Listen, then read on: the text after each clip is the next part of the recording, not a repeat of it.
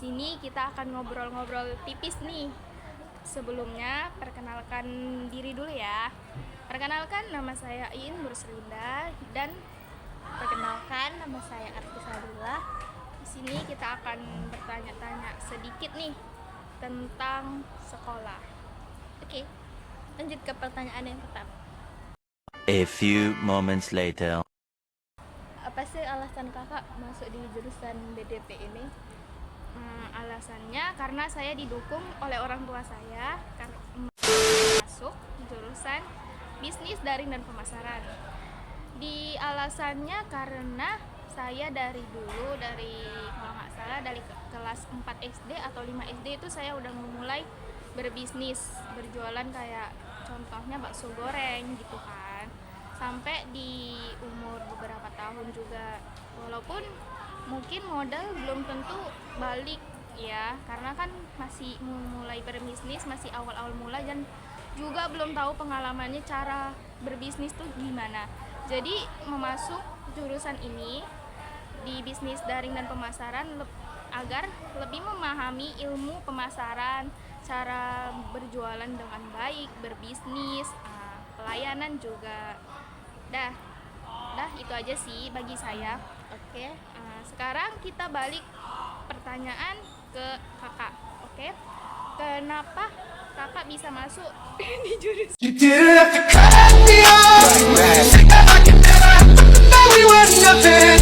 I need your love, but you treat me like. jadi kak selama ini apa aja sih yang udah kakak jual selama ini kak?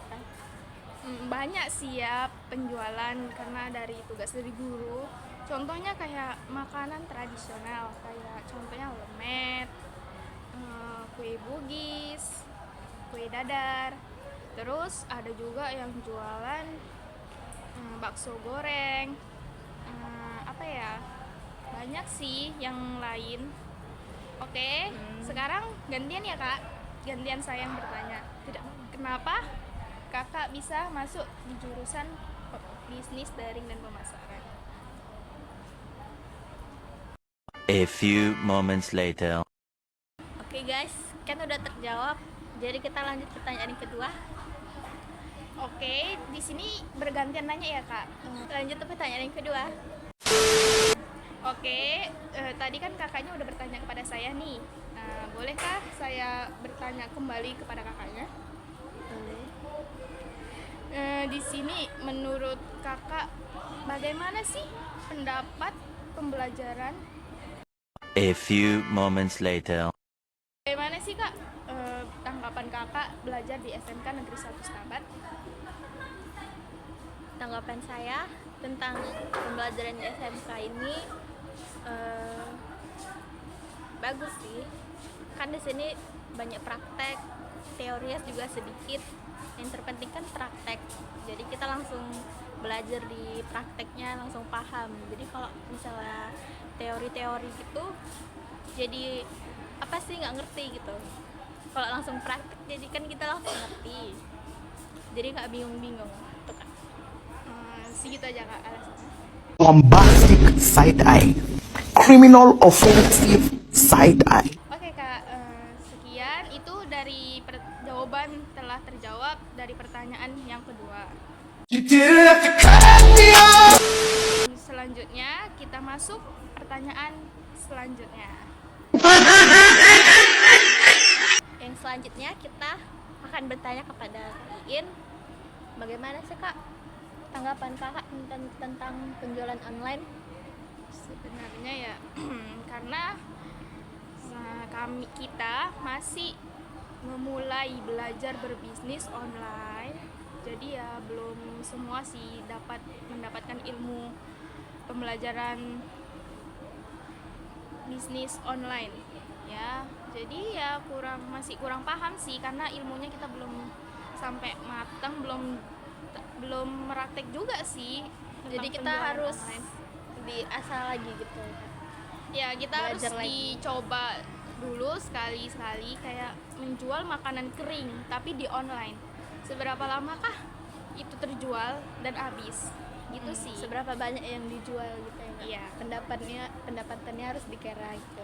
Pendapatan, terus keuntungan, rugi atau untungnya juga harus dikira. Semua itu harus dikira dari modal makanan, dari modal awal. Iya. Oke.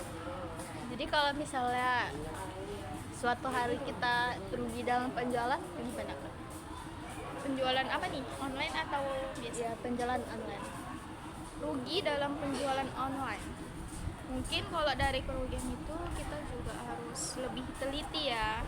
Sebelum menjual dikira-kira, dihitung-hitung dulu agar kita mendapatkan keuntungan berapa persen yang kita inginkan. Jadi sebelum menjual kita harus menghitungnya dulu, harga berapa sih yang cocok untuk agar kita mendapatkan keuntungan. Oke. Kita lanjut yang pertanyaan selanjutnya. Gantian nih ya Kak, apa sih yang buat kakaknya tertarik di dalam dunia usaha? Yang buat saya tertarik, kalau kita dalam usaha itu kita lebih mandiri tentunya. Kita tahu mengatur keuangan, tahu penghasilan kita berapa, jadi kita bebas gunakan uang kita, ataupun kita bebas untuk berjualan tanpa disuruh-suruh. Jadi kan kita jadi bosnya, jadi kita enak gitu. Jadi dia keinginan sendiri ya Kak? Iya. Kayak contohnya kayak lebih enak sih karena Lebih enak karena kita bisa tahu berapa keuntungan, kerugian yang kita dapat selama ini. Gitu Kak. segitu. Oke Kak. Oke, kita masuk pertanyaan selanjutnya. A few moments later. Selanjutnya kita akan bertanya kepada Kak Iir. Dipersilakan. Oke. Kan selama ini kita menjalankan prakerin. Iya. Gimana sih suka duka di dalam prakerin itu? Banyak sih pengalamannya ya, suka dukanya. Lebih ke senangnya sih. Oke. Yang pertama kita sukanya dulu apa nih Kak? Kalau sukanya kita bisa mendapatkan teman, bisa mendapatkan ilmu, lebih tepatnya ya, mendapatkan ilmu yang di sekolah tidak dipelajari. tidak kita pelajari, tetapi di selama kita PKL kita diajari apa itu arti display, cara melayani customer dengan baik. Banyak sih ya. Oke. Apa aja sih Kak selama PKL ini? Apa aja yang dikerjakan sama Kakak? Misalnya Kakak ikut pembongkaran barang nggak? Pendisplayan, pengroupingan, atau customer service?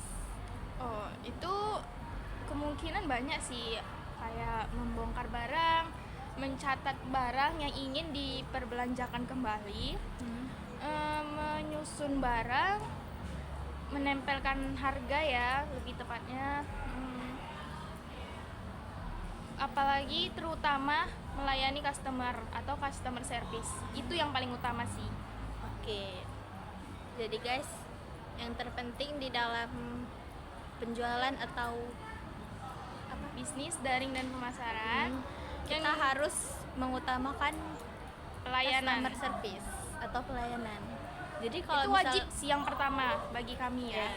Jadi kalau misalnya ada kalian nih jadi seorang pengusaha atau kalian jualan misal, terus ada customer, kalian harus melayani dengan baik gitu.